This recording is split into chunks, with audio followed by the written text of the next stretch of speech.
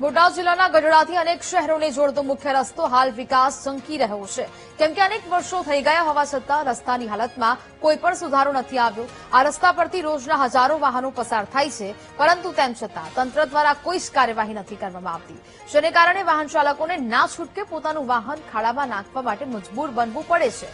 Two wheeler ચાલક માટે તો આ રસ્તો હકીકતમાં અકસ્માતને આમંત્રણ આપનારો બની ગયો છે।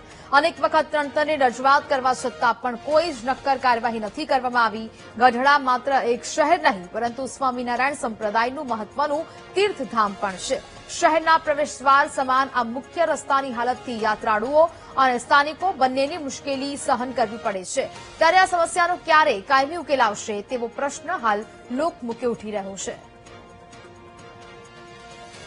અહીંયા હરિભક્તો એટલા આવે, મંદિરોની હિસાબે ટ્રાફિક એટલો આવે, ભાજપમાં ચૂંટાયેલા તમામ સંસદ સભ્યો, ધારાસભ્યો અહીંથી નીકળતા જ હોય છે, મોટા મોટા અધિકારીઓ નીકળતા હોય, પણ વર્ષોથી આ જોતા આવી છે અને રજૂઆત કરવામાં આવે તો 5 ટ્રેક્ટર નાખી જાય ધૂળના અને સંતોષ માની લે છે।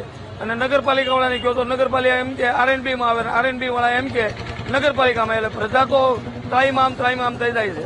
અને વરસાદમાં હરિભક્તો નીકળતા હોય, બહેનો દીકરીઓ વાર તહેવારમાં નીકળે એટલે પરિસ્થિતિ પાણી એટલું બધું ખાડામાં ભરેલા હોય, વાહન નીકળે એટલે ઝાંટા ઉડે, તો આ તંત્ર ક્યારે જાગશે એવું લોકો ઈચ્છી રહ્યા છે। હવે અહીંયા હાલવા ચાલવામાં તકલીફ, ખાડા મસ્ત મોટા ખાડા પડી ગયેલા છે, કોઈ પણ તંત્ર ધ્યાન દેવાનું છે। ચીફ ઓફિસર સાહેબ કે આરએનબી વાળા કોઈ પણ અહીંયા આવતા નથી। વર્ષો જૂનો આવડા રસ્તો છે, તેથી બોટાના ઝાપાથી ઠેઠ કોઠીવાડીનું પાણી અહીંયા આવે છે, પાણીનો ભરાવો થાય। વરસાદ આવે ત્યારે ઓછામાં ઓછો 3 કલાક આ રસ્તો બંધ રહે અને કોઈ પણ તંત્ર ધ્યાન આપવામાં આવતું નથી।